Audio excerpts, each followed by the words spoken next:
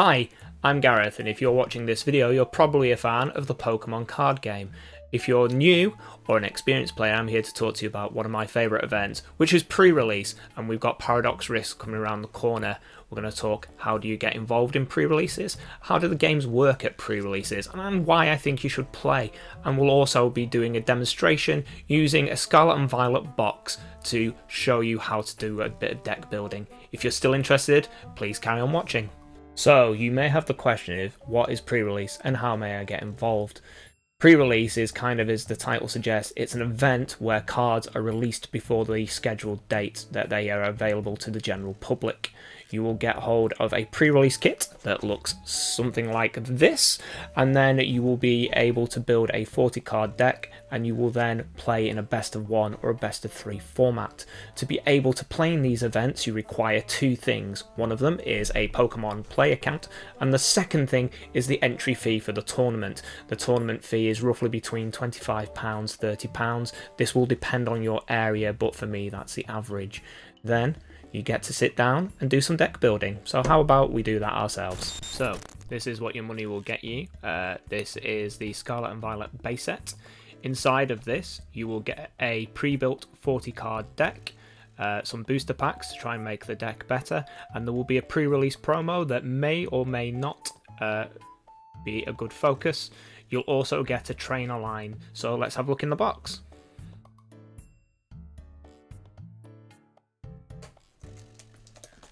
Step 1, getting in.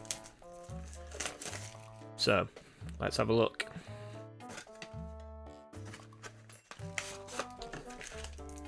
So one introduction leaflet, begin the adventure.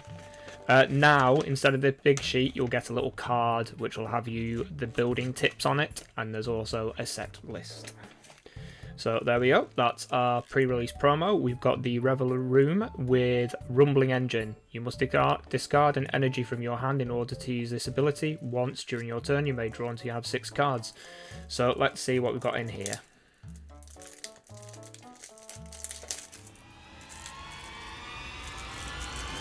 If I can get it. There we go. The tab has now freed itself. So if I was building a deck at my pre-release, I would do this. I will go through the cards. So I've got this. So we've got a water Pokemon and a metal Pokemon. So there's a lot of basic energies. Oh, we got Quaxly. So we've got one Quaxly, one Tetsuguri, Quaxwell, Mesagoza, Dondozo, Quavaqual, Jacques. I'm running out of space.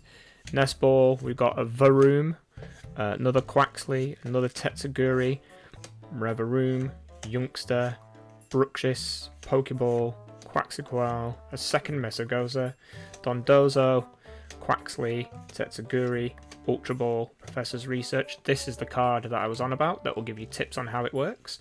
And this is the code card if you want to open your own Scarlet and Violet builder box on Pokemon Live. So we've just quickly put the deck aside. We've got a very energy accelerating base deck or energy related deck. So let's see what we can get out of our 4 booster packs to see if we can improve the cards.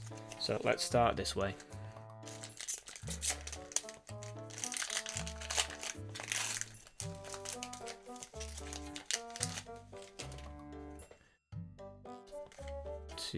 So we'd maybe play the Energy Search. We've got another Bruxish, Torkoal, Scovillain, Big Pig to match the Big Pig, Graveyard, another Scovillain, Cyclezar, which we may play because it has no retreat cost, a Dark Energy, and if you're that way inclined, let's have a look at pack 2.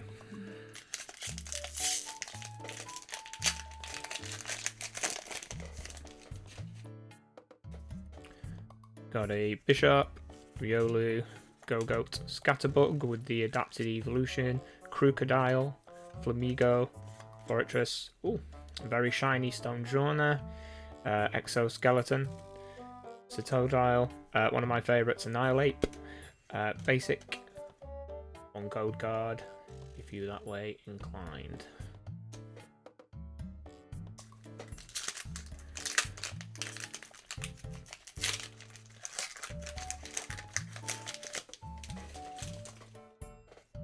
So, Floette, Smoliv, Wami, Wiglet, Medicham, but there's nothing we can do with it. Quaxwell, which could go with our deck.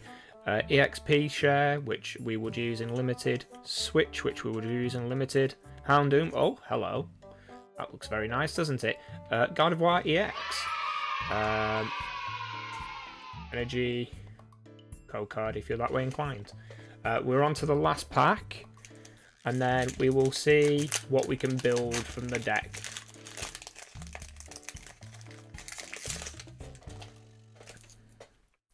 One Shuppet, one Sprigatito, Houndour, Driftbloom, Rocky Helmet, which we'd probably play in the limited format, Mastiff, Miriam, we would definitely play that in limited format, Lucario, Riolu, another Reveroom, basic, and the last code card. There we go. So in a moment we'll cut through and we'll do some deck building together. Okay, so I've had a quick sort of the cards. Now, usually I would recommend starting with your pre-release deck and working out. So going through the cards that we have, we don't really have a lot to move or pivot into a different direction. So we've got a lot of grass, but we don't necessarily have the evolution lines. We've got a Houndour, Houndoom, but it's not really enough to make us pivot. As good as it is, we don't have the rest of the Gardevoir line. So what we're going to do, we'll look at the water Pokemon we've got, and we only got one other metal Pokemon, which was the Reveroom.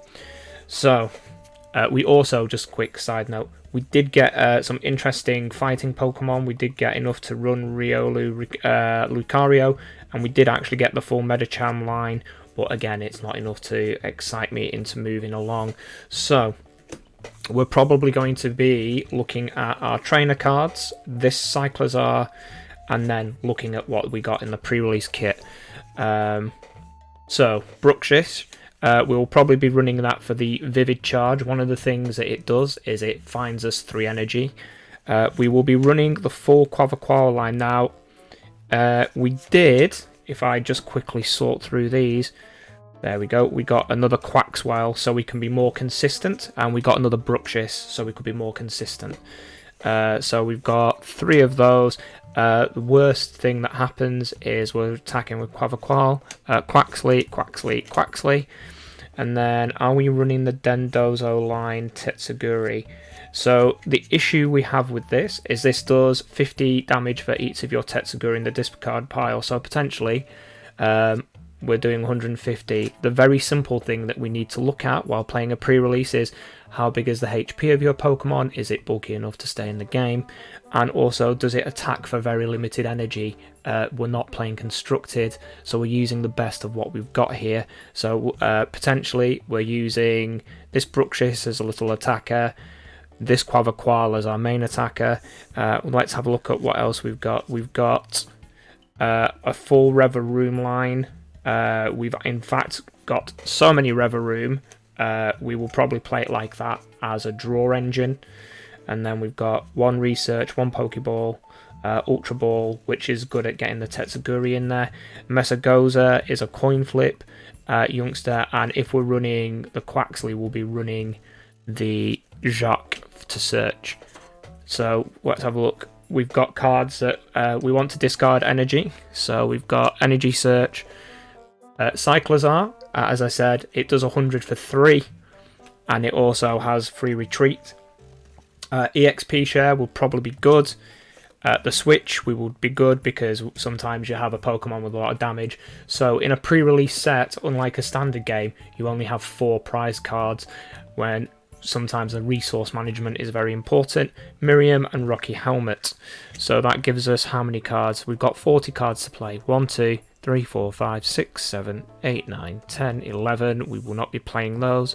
12, 13, 14, 15, 16, 17, 18, 19, 20, 21, 22, 23, 24. There's 25 cards there. So we need 40. We could be very greedy and go 1, 2, 3, 4, 5, 6, 7, 8, as we're predominantly water. That's double colourless, so that can be any. And then how many metal energy did they give us? Oh, they only gave us 2 metal energy. So we could run the 2 and use the brushish for searching for the energy, and then using Reveroom. Reveroom's ability will let us use any of those. So 1, 2, 3, 4, 5, 6, 7, 8, 9, 10. I would probably play 5 more metal energy, but 1, 2, 3, 4, 5. And there you go. That is our 60 card deck. I'm quite happy with the trainer line. I'm happy with that. And there you have it. We've talked about how to enter a pre-release, we've looked at the products that you receive in the pre-release, and we've explained briefly how the games will work. If you have any questions or you feel I've missed anything, please leave them in the comments below and I'll happily answer them. If there's anything that you would like me to look at in the future, please feel free to shout down below in the comments. Thank you for watching, and I'll see you again.